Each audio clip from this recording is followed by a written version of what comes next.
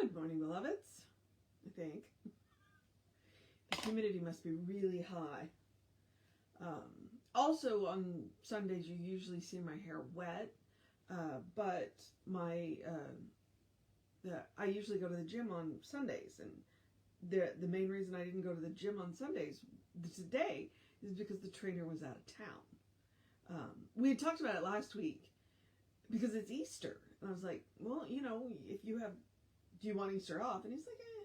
And then I contacted him about something else, and he said, oh, and by the way, I was just informed that he was going to be out of town. So I was like, okay, no worries there. He gets Easter off, we get Easter off. So we turned off the, ridiculously early get up and exercise alarm, but did turn on the other alarm because didn't want to oversleep, and still slept through 30 minutes of the alarm. So I was like, well, I guess I'm going to get up, go do the live stream, and then I'm going to go wash my hair. Because as you can see, it needs it. And also, I also need a haircut. So that will be happening next Saturday. So I get to go to a different park, and you'll get a different background next Saturday. All right. It is March 31st. It is Easter. It is almost as early as Easter can fall in the year, because Easter is a lunar holiday. It falls on the first Sunday after the first full moon after the spring equinox. If you ever wondered why Easter is the only holiday that moves around on the calendar, that is why. Now, that being said, I think that's the only holiday that the Christian tradition observes that moves around. Both the Jewish tradition and at least Ramadan. I'm not sure about the rest of the Muslim holidays move around in the calendar year as well. Because the Jewish tradition follows a lunar tradition, a moon tradition. Ramadan, I'm not sure about the timing of Ramadan. I do know, but I don't remember, so I'm not going to speak to it because I don't want to be wrong. But it does move around in the year because they follow a 13-month calendar year. That is what moves Ramadan around. And Ramadan is the one where they fast from sunrise to sunset. So Ramadan during the winter, not such a big deal. Ramadan during the height of the summer, that's a big deal. So, well, I mean, anytime you're going to fast from even water, they're not even allowed to drink water unless medically necessary during the fast. Yeah, it's an interesting holiday. I guess holiday isn't the right word, but so okay. So our title today is The Subconscious. Our author is Myrtle Fillmore, from Letters of Myrtle Fillmore, from 1936, and this is page 67 to 68, which I got a copy of the book, so yay! I'm very happy. Because now I can go look it up. I need to go back and flip back to the one that caused me to buy the book in the first place, which I haven't done yet. Okay, the subconscious. Whenever beliefs in materiality, in the power of disease, or in adversity of any sort have been allowed to settle into mind and result in formation of flesh or in functional activity, it takes great illumination. And not only illumination, but earnest, constant identification of ourselves with Jesus Christ and his wonderful humility and obedience, and with the spiritual knowledge of mastering the physical elements, to dissolve these beliefs. But as long as there is in our subconscious minds, our memory and habits of thinking, that which does not accord with the truth, God, good, the only presence and power in all and through all, we keep meeting it in some form or other, and we shall be obliged to keep using truth and the power God has given us to change our minds if we are to cast out the old and establish the new order. So long as we remember experiences that were unhappy as we saw them once and still see them and speak of them, we will be unable to demonstrate joy and prosperity and health in our lives. Because of lack of understanding, these seemingly unkind things have made negative impressions upon our souls. Whatever has been impressed upon our souls will work out in our bodies and affairs, because the activities of the mind in its contracts with the divine mind, and also with the world of appearances and the minds of others, build the soul, which in turn forms the body through which it carries out its impressions, and the urge from within. The soul's desires and impressions also make the conditions under which we live. Understanding this law of mind action will help us to see why we have experiences we have, and why we react to them, and why it is important to see God mind for more light and love and life and substance. We have the power to change our soul's impressions, our subconscious, through the indwelling Christ mind, and so change our bodies and functioning, and also the conditions about us. So, apparently the new kickstand, while I was very impressed with it, wasn't such a great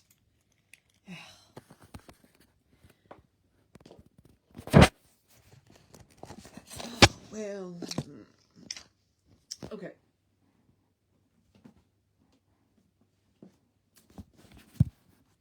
Wasn't such a great idea. Okay.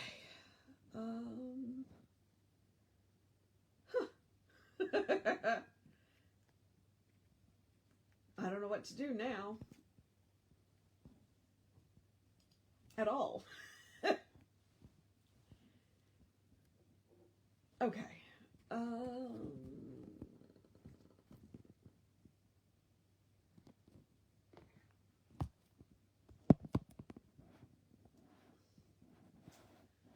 Nope. Okay. Let's see. I got this. All right. So, subconscious. All right. Let's go with the idea of hardball metaphysics, because that is what she's talking about. She's talking about a combination of race consciousness and hardball metaphysics. So Miss Fillmore is. And so what we are dealing with is, if we could turn away from what everybody else thinks and think completely from the mind of God, then we wouldn't have the problems that we are having. Okay? Now, there are a couple of problems with that. And I also want to point out that she's using slightly different terminology than Science of Mind does. Science of Mind uses soul, spirit, and body. And when we talk about the soul belongs to the divine. Okay? So we individualize the soul. What she's calling the soul would be what we would call the spirit. The spirit is what we build from the soul. It's kind of what animates us. It's what we individualize. So she's talking about building a soul. So it's slightly different terminology, just so you know. But the point being, what we build that is ours, we are using a combination to build that which animates us. We individualize that which animates us. So it's a combination of the mind of the divine, which is all. Okay, as she said, it's all, and it's also filled with the race consciousness. Okay, so when we talk about the race consciousness, what we're talking about is the human idea.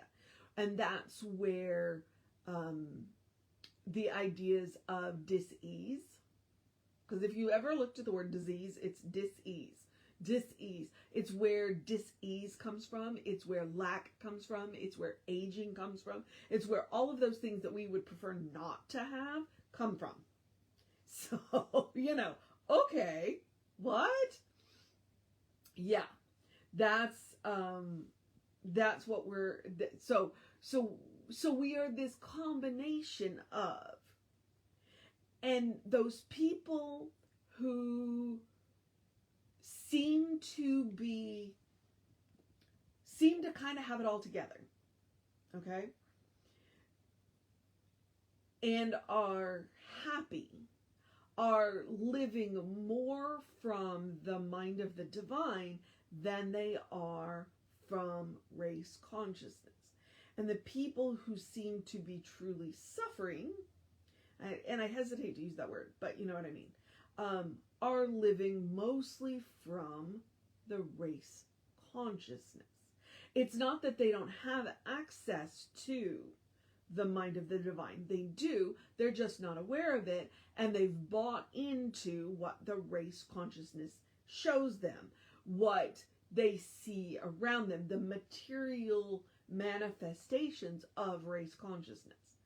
And maybe it's because they haven't been exposed to, people who live from the mind of the divine. Okay? And they listen to, it's like, if you watch the news, if it leads, it bleeds. And so people who manifest that have been listening to that, and they have not been listening to the still small voice, because that's the problem. It's a still small voice, and to listen to it, we have to get quiet. She called it the subconscious, okay? The subconscious is not active and loud and talking about all of this, but what is the race consciousness is loud and is and noisily talking about this, and drowns out the small still voice within, which is the voice of the divine, which is the divine connection that we all have, but we let it be drowned out. And therein lies the rub. So we let this noise of the material world, the noise of the race consciousness, filter into our consciousness, and we drop it down into our subconscious, and our subconscious then interacts with the divine, and then it kind of muffles it. So every single living being on this planet, and in every planet where life exists, far be it for me to have the ego to think that we are it, has access to that divine mind, has access to that all good. But at least here, we've gotten really good at drowning it out. So what do we do about that? Well, one, we make time for, as our author yesterday said, the rhythm of daily prayer, where we take time to get quiet, to turn off all of the senses that tap into the race consciousness, all of our senses that tap into the material, and we go to that place that nothing has ever been wrong. We go to that connection of the divine mind, and we sit there for a while, and we listen, and then we bring that back, and we listen to teachers, i.e. Jesus,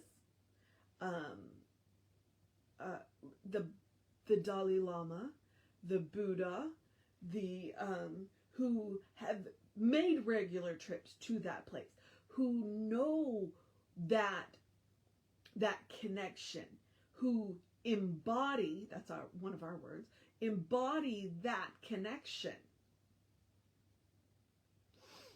and do what they did. We don't want to just listen to the words of Jesus. We want to do what he did. We want to follow that rhythm of daily prayer. We want to do what, the Buddha did, where he sat under the Bodhi tree. Do we want to do it for 40 days? I mean, maybe. But that's why we talk about the rhythm of daily prayer. The rhythm of daily prayer. Okay, so. Yeah. And we want to filter out of the subconscious. And the really amazing thing is it's one drop at a time. So the more good that we put in our subconscious, the more we expose ourselves to that good, to that all good, by reading sacred literature, by listening to music that stirs our soul, by listening to teachers that talk the good, and by not listening to the people who preach the race consciousness, then we slowly will, drip by drip, will clear out our subconscious. And then when we tap into our subconscious, it's full of the good. It's full of the God, the spirit, the hardball metaphysics. And we are less prone to the race consciousness. Yeah. Okay. All right. That's, wow. And I believe it's raining. I didn't think it was going to rain today. So that's interesting. So your mission today, the mission today, should we choose to accept it, is to fill our subconscious with the good, to enhance our connection to the divine. All right? So, and it is not a small mission. I think it's an easy enough mission, but it does require us to make choices. Not making a choice is still making a choice. So turn off the news and go listen to something that stirs your soul. Go watch a sunset or a sunrise, or go dance in the rain. All right. That is the mission. The other mission is the same mission I give you every day, which is the mission of self-care. To do something loving for yourself, do something kind for yourself, do something compassionate for yourself, whatever that looks like. Okay. I'm also going to, I don't think I'm going to touch Easter, because I know Reverend Jesse has an amazing Easter coming up. So, if you're watching this on YouTube, then I would suggest you go over to the Creative Life Spiritual Center YouTube channel and look up the Easter service from March 31st, 2024, because I know it's going to be an amazing one. And if you're watching this on Facebook, then just scroll up a video. Well, give us an hour and 40 minutes, but scroll up a video. All right. So I'm going to encourage you to have a great day, wondrous day, a great day, wondrous day, fantastic day, magical day, an enchanted day, a wonderful day, an awesome day, an amazing day, I'm off my game because I'm holding the iPad literally with my phone, and I don't have both hands to talk. Go ahead. Happy Easter, a good day, and if that is too much pressure, simply have a day. You are enough, just as you are. You are a beloved expression of the divine. You are a brilliant light, a divine spark, your spirit in motion, your God in action, or as Reverend Jesse likes to call us, you are godly. All right? Explore the truth of your being. Get to know who the divine knows you to be. And let go of everything that you have ever been told by anybody, especially the race consciousness.